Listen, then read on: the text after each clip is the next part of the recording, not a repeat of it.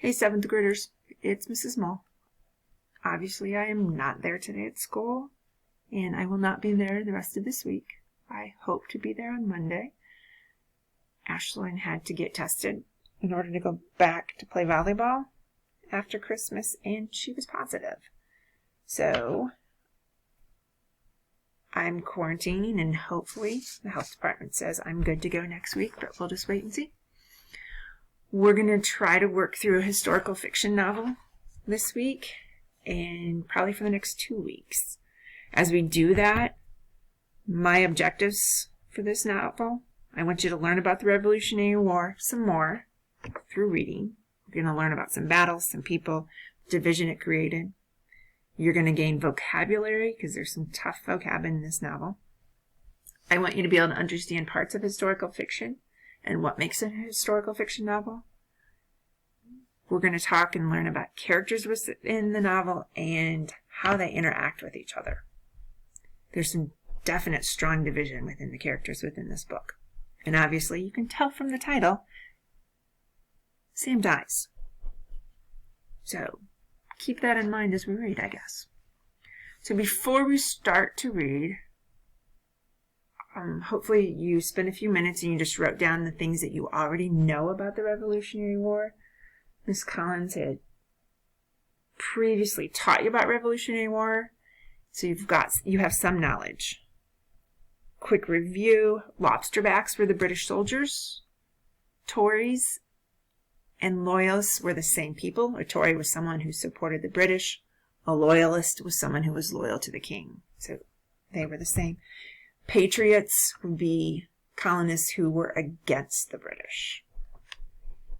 So I think that covers it. We're going to get started with Chapter 1. When we're finished with the reading for today, you're going to need to be able to write a character list with some brief descriptions about the characters, who they are. Not necessarily what they look like, but who are they, how do they relate to the story. And then also be able to explain how they interact with each other. Because it's really obvious already that not everybody gets along. So, okay, let's go. We're going to start on page 1. I'm going to read. Here we go. It was April, and outside in the dark, the rain whipped against the windows of our tavern, making a sound like muffled drums. We were concentrating on our dinner, and everybody jumped when the door slammed open and banged against the wall, making the plates rattle in their racks. My brother Sam was standing there, wearing a uniform. Oh my, he looked proud. Sam, my mother said. We hadn't seen him since Christmas. Shut the door, Father said. The rain is blowing in. That's the way Father was. Do right first, and then be friendly. But Sam was too excited to pay attention. We've beaten the British in Massachusetts, he shouted. Who has beaten the British? Father said. Sam shut the door. We have, he said with his back to us as he slipped the latch in place. The Minutemen. The dang lobsterbacks marched out of Boston yesterday. They were looking for Mr. Adams and Mr. Hancock, and they marched up to Lexington. Some of the Massachusetts Minutemen tried to stop them there in the square, but there were too many British, and they got through and went on up to Concord looking for ammunition stores. But the Patriots got the stores hidden mostly, and they didn't find much. And then when they turned around and went back, the Minutemen hid in the fields along the roads and massacred them all the way back to Boston. Nobody said anything. They were silent and shocked. I couldn't take my eyes off him. He looked so brave. He was wearing a scarlet coat with silver buttons and a vest and a white vest and black leggings halfway up to his knees. Oh, I envied him. He knew everybody was staring, but he liked being the center of attention, and he pretended it was just an ordinary thing, and he was used to it. I'm starving, he said, and sat down at the table. I started out from Yale at 6 o'clock this morning and didn't stop to eat all the way. There were 7 of us at the table in the tap room. Mother and Father and me were there. Then there was the minister, Mr. Beach, who lived in Newtown, but spent Saturday night here in Reading so he could preach in our church early Sunday morning. Then there was a couple of farmers from Reading Center. I didn't know. And of course, Sam. But still, they all sat silent. I guess they figured that it was up to Father to speak first, seeing as Sam was his son. My mother got up, fetched a plate from the rack, and filled it with stew from the iron pot on the fire. Then she drew Sam a pot of beer from the tap and put it all down in front of him. He was hungry, and he bent over his plate and began shoveling in food as fast as he could.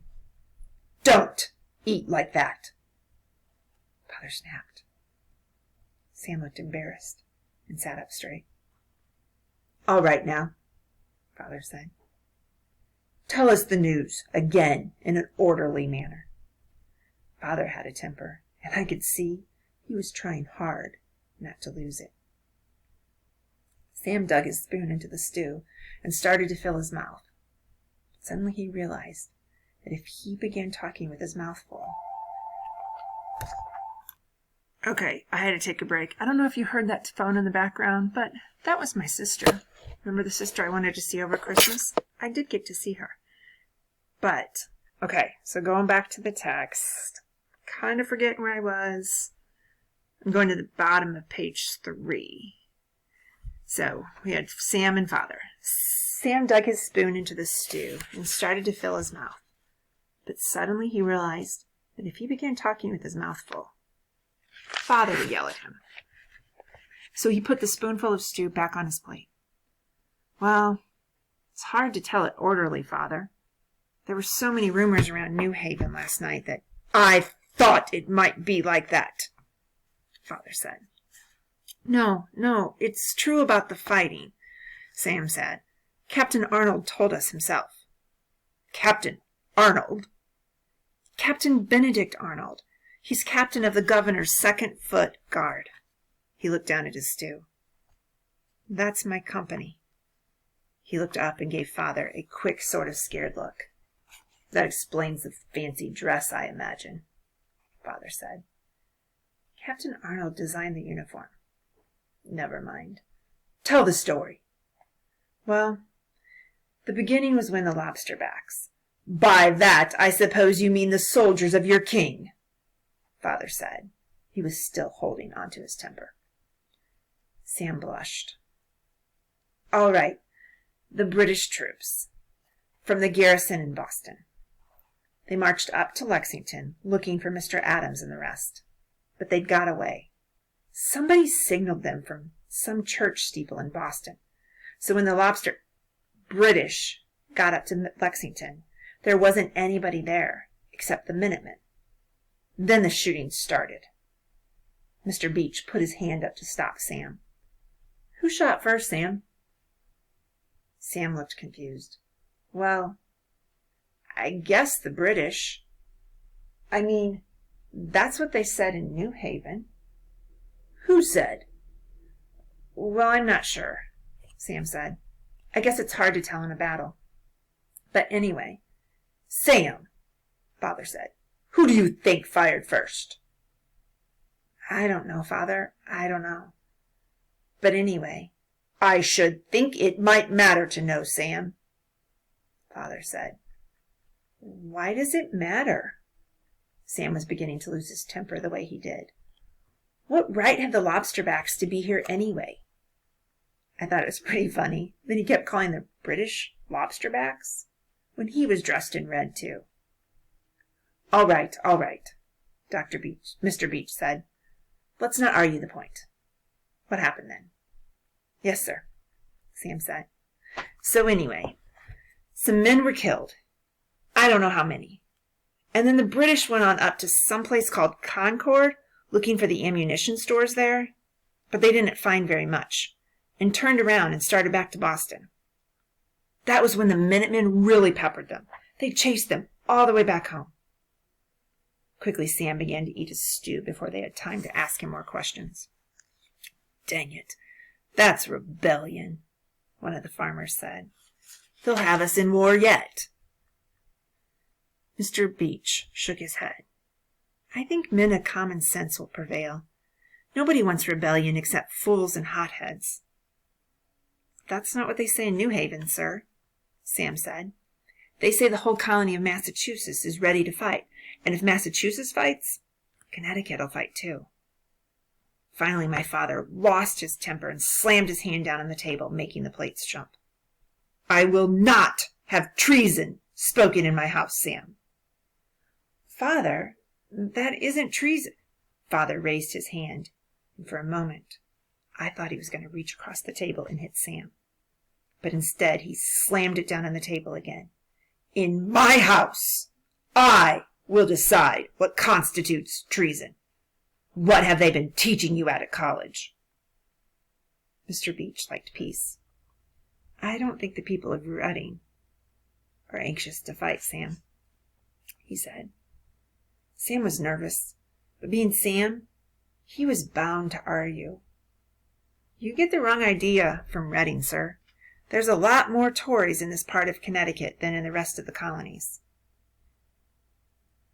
"I'm wrong." "In New Haven, there aren't so many Loyalists, and in some towns, there aren't any at all." "Oh, Sam," Mr. Beach said, "I think you'll find that loyalty is a virtue everywhere. We've had these things before. That vicious nonsense of those madmen dressed up like Indians and throwing tea into the harbor, as if wetting a few hundredweight of tea would stop the mightiest army on the face of the earth. These agitators can always manage to stir up the passions of the people for a week or so, but it never lasts. A month later, everybody's forgotten it, except the wives and children of the men who managed to get themselves killed. Sir, it's worth dying to be free." That made Father shout. "Free? Free to do what, Sam? Free to mock your king? To shoot your neighbor? To make a mess of thousands of lives? Where have you been getting these ideas?" "You don't understand, Father. You just don't understand. If they won't let us be free, we have to fight. Why should they get rich off our taxes back in England? They're 3,000 miles away. How can they make laws for us? They have no idea of how things are here." It made me anxious. It made me nervous to listen to Sam argue with Father. I could see that Mr. Beach wanted to quiet him down too, before he and Father got into a real fight the way they sometimes did. God meant man to obey.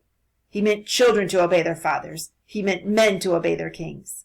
And as a subject of the Lord our God, I don't question his ways. As a subject of his majesty, George III, should you question his ways? Answer me this, Sam. Do you really think you know better than the king and those learned men in Parliament?" "Some of those men in Parliament agree with me, sir." "Not many, Sam." "Edmund Burke." Father lost his temper again. He banged his hand down on the table once more. "Sam, there'll be no more talk on this tonight." He meant it, and Sam knew he meant it too. So he shut up and the conversation turned to repairs Mr. Beach wanted to make to the church. I was glad to. It scared me when Sam argued with the grown-ups like that. Of course, Sam was that way, always shooting out whatever came into his mind, and sometimes even getting hit by my father for it. Father hardly ever hit me, but he hit Sam dozens of times, mostly for arguing.